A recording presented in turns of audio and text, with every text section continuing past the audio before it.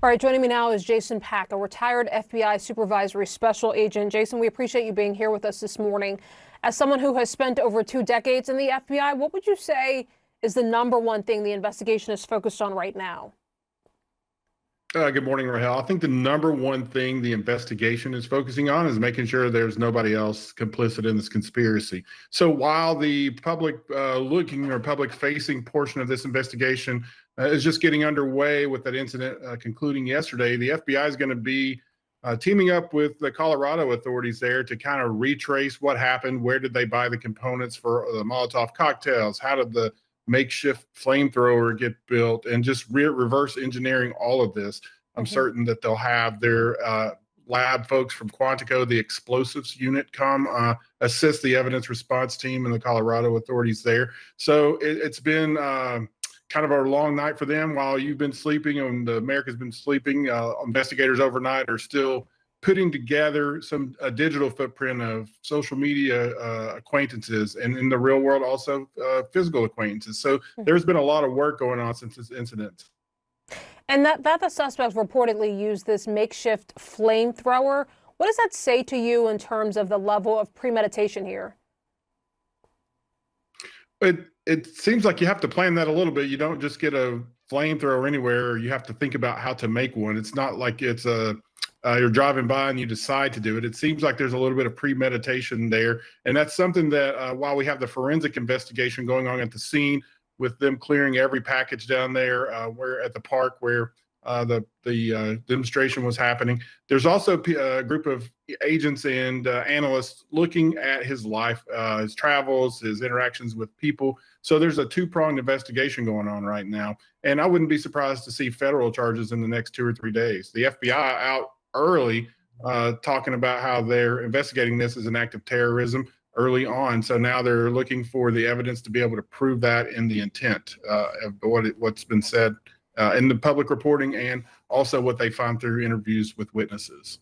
Yeah, talk to me a little bit more about that, because as you pointed out, FBI did pretty quickly label this incident as an act of terror, but local law enforcement have said, at least at this earlier news conference, that the motive remained under investigation. Based on your experience and everything that you've heard, obviously it's still early hours here, but would you lean toward labeling this terrorism at this point, and why? Well, I think the investigation is being conducted as an act of terrorism by the FBI's Joint Terrorism Task Force. And so the JTTF is a conglomeration of federal, state, and local partners that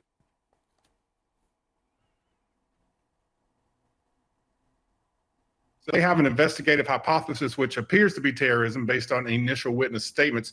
They're going to have to be able to go back, gather all this evidence, document it, and present that to the to a jury or to a judge through the United States Attorney's Office to be able to prove that. So it sounds like they have talked about their investigative hypothesis of a terrorist attack that JTTF's investigating, but now comes the hard work of being able to go out and collect the facts to support the theory. Yeah, I mean, in this environment, what can officials do? What can they come out and say to help prevent another act of anti-Semitism? Rahel, it seems like a tinderbox out there. We've seen time and time again, people on both sides very passionate about the issue. But there's one thing that's clear, and that is violence has no place in any of these discussions or conversations. People can think what they want, but when you step over the line and start doing violence, I don't think anybody on either side supports that. So I think what we can do is have conversations, and law enforcement and investigators, they do have an office of private sector that works with the Jewish community there. I know the FBI's office is in close contact with our private sector partners, or their private sector partners now, and they seem to pass and share intelligence on the private sector when appropriate through cleared individuals. So they are making efforts to do that through the Office of Private Sector. But they also, what you don't see behind the scenes are the men and women who are with the victim services teams. They're there on the ground. All of the people who on the scene there, victims themselves, and so the FBI will be able to provide some kind of support as best they can, because these folks are victims of a federal crime. Yeah, and of course, obviously, the people who were directly impacted, but you imagine all of the people who had to physically witness, just really horrifying images. Jason Pack, we appreciate you being with us this morning. Thank you.